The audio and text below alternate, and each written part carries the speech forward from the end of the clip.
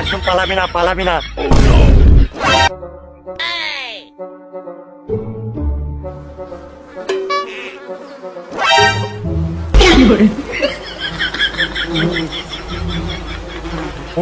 বাচ্চারা হাগার জায়গা পাস না, দেখে দেখে আমার ঘরের সামনে হেঁকে যেতে হবে।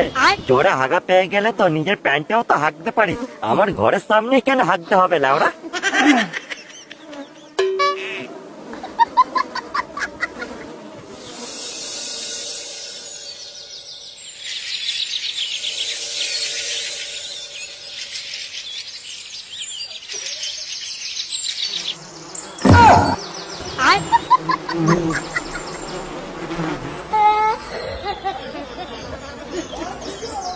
শালা আজকেও হেগে গেছে, এবারে নিশ্চয়ই কোনো শুয়োরের বাচ্চার কাজ, ইচ্ছা করে আমার ঘরের সামনে হেগে গেছে।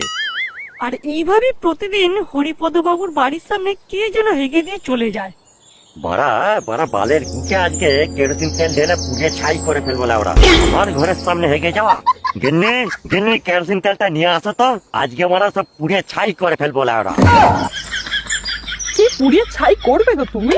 তুমি এখনো পর্যন্ত দেখোনি আমাদের ঘরের সামনে কেউ ইচ্ছা করে হেগে দিয়ে গেছে? ও তাহলে এই ব্যাপার, অত কালো হেগে দিয়ে যায়? কালু হেগে যায় মানে? কালুটা কে? আরে টাবলুতে ঘরে কুকুরটা গো, ওই তো প্রতিদিন হেগে দিয়ে যায়। না না, এটা কখনই কুকুরে হাগা হতে পারে না, পুরো মানুষের হাগা।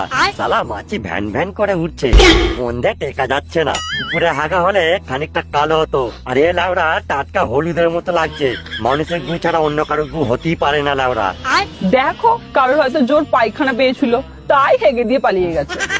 আরে সেরকমটা নয় গো গিন্নি, এ এক আধ দিন হলেও মেনে নিতাম, এ শালা ইচ্ছা করি আমাদের ঘরের সামনে হেগে যাচ্ছে। কয়েকদিন ধরে আমি লক্ষ্য করছি, তুমি তো বাড়ির ভিতরে থাকো তাই বুঝতে পারোনি, এটা নিশ্চয়ই কোনো হারামির কাজ। তাহলে কি হবে গো? দুদিন পর তো তাহলে গন্ধে ঘরে টেকা যাবে না। আমিও তাই ভাবছি। তার আগে আমাকে জানতে হবে কে শালা আমাদের ঘরের সামনে হেগে যায়। গিন্নি, আজ আমি ছাদ থেকে নজর রাখবো, আর তুমি বাইরের আলোটা জেলে রাখবে। লাউরা একবার যদি ধরতে পারি না, মনে মনে আমরা একটি বোম গুঁজে দেবো। ভিডিওটি কেমন লাগছে অবশ্যই বলো কমেন্টে। এরকম মজার ভিডিও দেখতে গেলে চ্যানেলটা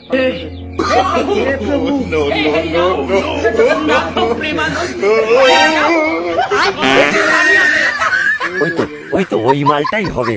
লাউরা শুয়োরের বাচ্চাকে আজ হাতে নাতে ধরবো। তাড়াতাড়ি নিচে যাই, শালা